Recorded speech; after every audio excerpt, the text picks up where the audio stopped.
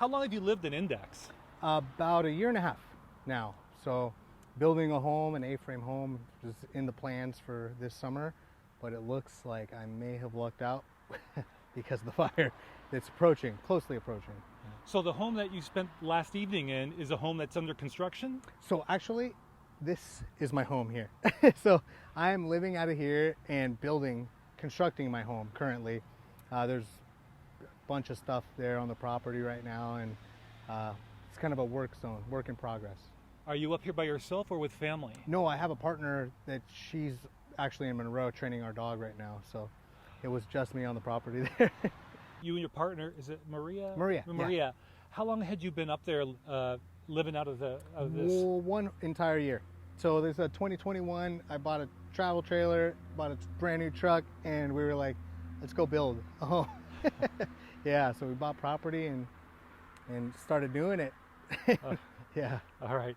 So take me back to yesterday. Any concern about a fire creeping up near your place last night? Absolutely. Yeah. So, Tell me when that concern erupted. So it was morning, 9 a.m., and I had started to move gun safes with files, with my, all my documents, titles to stuff, and I started moving into my storage in Monroe. So yeah, I had a good leg up. Notification kind of from a wildland firefighter that's my buddy, and he said, hey, we have lots of fires in the area, just making sure you're okay, and kind of wanted to forewarn me, so that was good. I don't know if you've been around long enough in your year plus here, but maybe you've heard stories from people who've been there. But I saw a tweet just before we started this. Someone was saying this particular fire is the fire that locals had feared for this area. Yes, yeah, and actually my buddy who's a wildland firefighter just spoke to the DNR, Department of Natural Resources, and he said that it was completely unprecedented, but it could have happened, it could happen, and that was always a concern because it's sort of in between where there's usually every year, annually, there's fires, and usually in Index we don't get them, we don't have them this close to Index, yeah. So they stay up a little further, but yeah. So you started being prepared 9 a.m. yesterday. Yeah. And did you sleep well last night? Yeah. It seemed like it was okay. Everything was fine, and then the winds kicked up. Right on cue. We'll let this guy pass.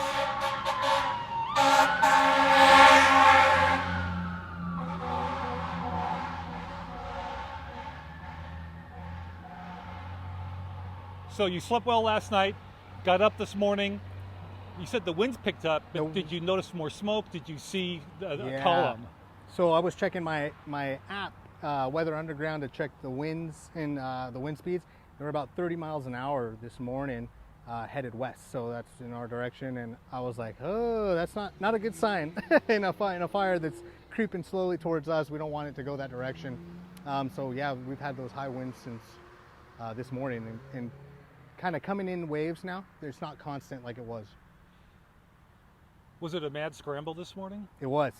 My partner Maria, she left to train our dog this morning in Snohomish, and she left, and I was like, I'm not sure if you want to head out, you can, but I was like, I have everything under control just in case I have to go. I'll meet you in Monroe. So it was picking up Starlink, getting the Starlink device off of the trailer, getting on a ladder, scrambling up there, getting everything ready, and everything in drawers. Yeah. Oh. I'm just thankful that I have a home on wheels for the time being, because, that would have been an added stressor, just getting that home up first year there and just, risking losing it. You've got a smile on your face. You're out safely. Your partner's out safely. That said, it sounds like you and your partner have been building your dream home. Yeah, absolutely. Yep, nice little A-frame cabin up there next to the river. Pretty beautiful place, Yeah. How concerned are you that the fire is getting too close to that beautiful place? I'm hoping it's about, last I checked, was 8 miles away. So I'm hopeful now that the smoke is kind of pushing in a different direction. I hear that there's helicopters that are able to get in there and get eyes on exactly pinpoint where it's at and get some men on the ground and start battling this thing. So the smoke is thicker than down in Snohomish where I came from this morning. Yeah. But the ash is very similar down in the valley. Oh, really? Okay. Up in Index, are you seeing more ash? It's a lot heavier. It's actual like lichen off a tree, or little brush, like almost like entire sprigs off of a like different. You can see the cottonwood, your pine. You're like, oh, that's a cedar branch coming in. It's pretty. It was really whirlwindy, and you can see that hot smoke is just driving those embers around and really causing issues. That's what they're concerned about, right? It catching something else. I've seen 8 units go by since 1:30, which wasn't too long ago. When it's an hour ago.